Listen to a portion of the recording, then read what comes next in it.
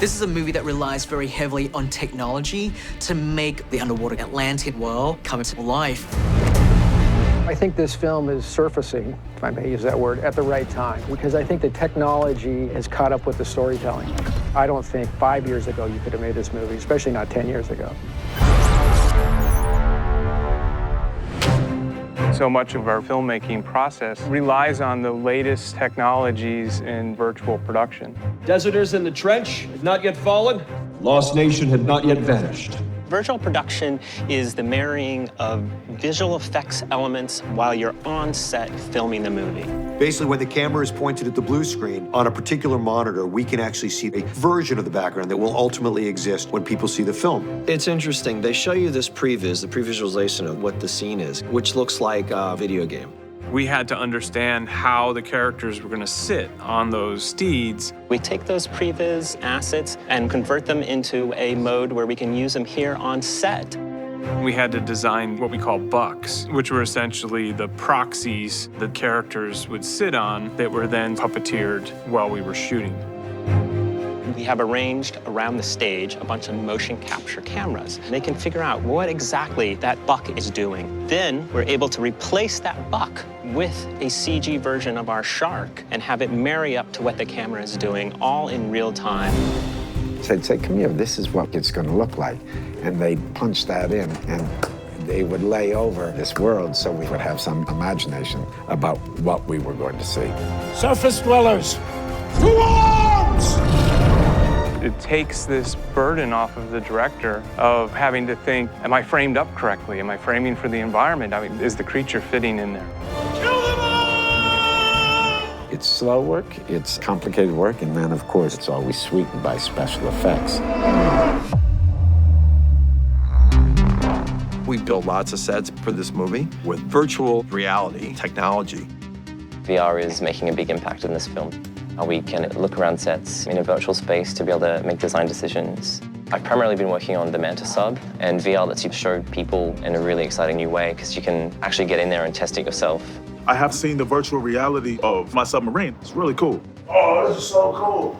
This is so cool. Oh.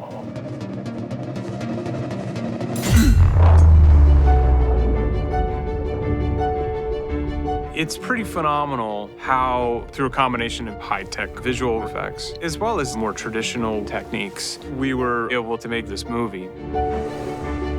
We did a thing which was like a wall of water, where they came out of the wall of water into a void of no water. There was a lot of testing. Getting it right is pretty tricky because it only stays in a sheet for so long before terminal velocity breaks it up, and we couldn't do a lot about that. But I think it worked really well. The light was a really important part of creating this reality.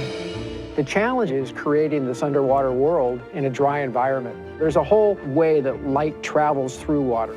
Anytime you have light crossing through this air-water boundary, you're going to get these sort of natural refractions. It's what you see at the bottom of a swimming pool that says water. It really sort of tells you where you are. So we try to emulate that. We actually have built water trays above us to kind of manipulate the light, and it makes you feel like you're underwater. What we did in some scenes is we created these walls of light. It added another layer to the reality of it.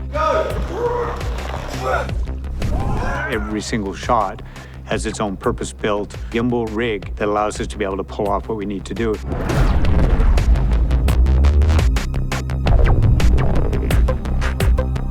Action there. Wait, you said we couldn't go over these walls. I did. You said they're a hydro cannon.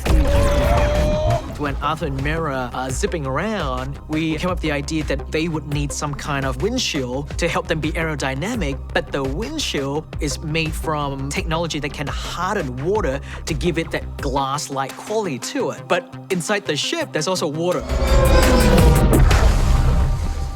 There's a moment in the movie where the car gets hit by a tsunami and washes into the ocean and washes around and lands up back on a road. We had to make the car in the tsunami. It was an eccentric spinning car that's actually getting submerged at the same time. It spins 360. And it's quite obscure because James didn't want it like a pig on a spit. 2, 1, roll.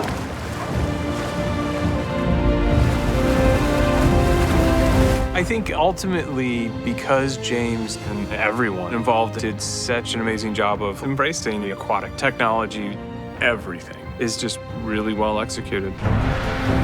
We spent months developing all these techniques. And the finished product is this magical undersea world that, nobody's really ever seen before. I didn't settle for second best. I knew this has to be amazing. It's the right filmmaker, the right time, with the right technology, being able to accomplish this movie.